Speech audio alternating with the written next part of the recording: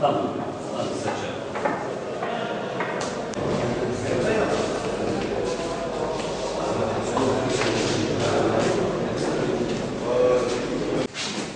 Tamam. Grazie. Buona.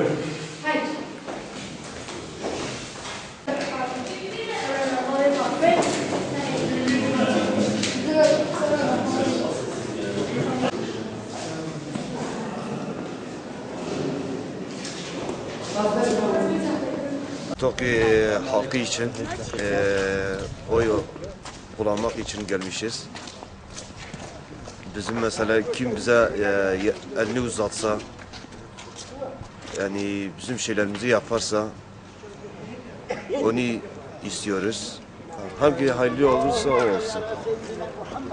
İyiliği için, hem bizim için, hem onlar için. Hani belediyeye bağlansa tabii daha iyi olur. En azından belediye Tokyo'ya bakar. Daha iyi olur. Hem Kuyubaşı köyünden de ayrılır. En azından buradaki Tokyo halkının Kuyubaşı köyüne muhtarlığa gidip gelmelerine gerek kalmaz. Belediyeye bağlanır, burada bir muhtarlık olur.